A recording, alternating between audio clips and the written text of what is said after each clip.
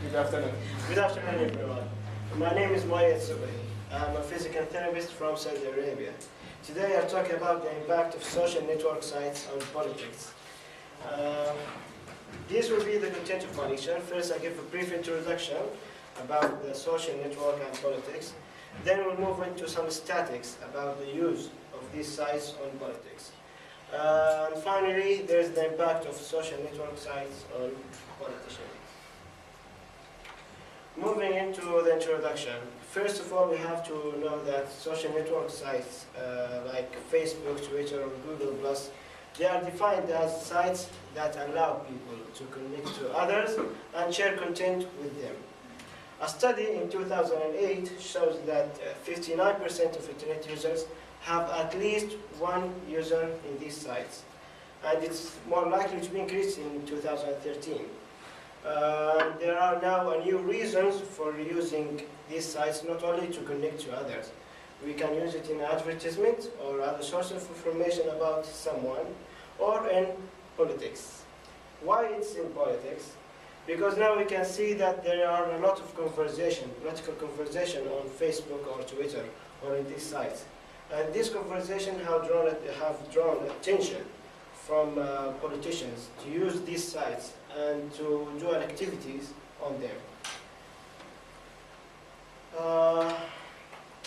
The next thing is about the statistics. There is a study in 2012. It says that 84% of people have posted a little about politics on their sites through their recent updates or links or comments. The same study says that 38% of users have discovered that political beliefs were different than they thought from their friends' posting. 18% of these users have blocked or unfriended or hidden someone because of the different political beliefs. And as we can see from these statistics, that social network sites can really influence people's decision and view about politics. Therefore, politicians start using them as a source of advertisement or to use it as a source of information for them in their campaign. In fact, both Barack Obama and Mitt Romney were using Facebook and other sites to win voters in the United States president campaign. Conversely, or oppositely, people can use this site to change their government.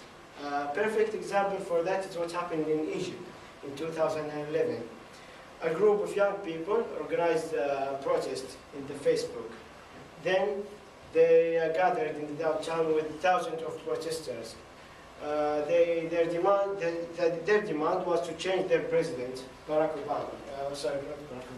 Hosni Mubarak. And as a result of their resistance, the president stepped down from the presidency, and it was the beginning of Arabic Revolution in politics. As we can see from the example or from the statistics, that there is an influence on people's decision or views about politicians or about politics from these sites. Thank you for listening. I hope I wasn't too quick or too late. These are my references, and if there is any question, I'm ready.